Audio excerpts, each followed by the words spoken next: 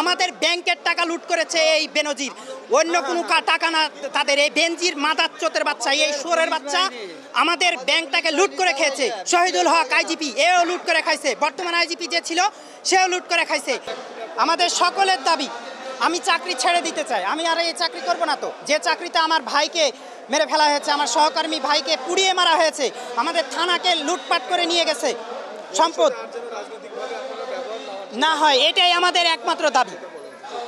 আমরা দলীয় মুক্ত থাকতে চাই, আমরাও যে জনগণের সেবার জন্য এখানে পুলিশ বাহিনীতে এসেছি। আমি আমার বিগত 13 বছর চাকরির জীবনে 4 আনাও কারো কাছ থেকে নিইনি, বরঞ্চ নিজ পকেট থেকে খরচ করেছি। এমনও সময় গেছে যে মানুষের উপকার করতে যে নিজেরই চাকরি থাকে না, এরকম পরিস্থিতিতে আমি মানুষের সেবা করেছি।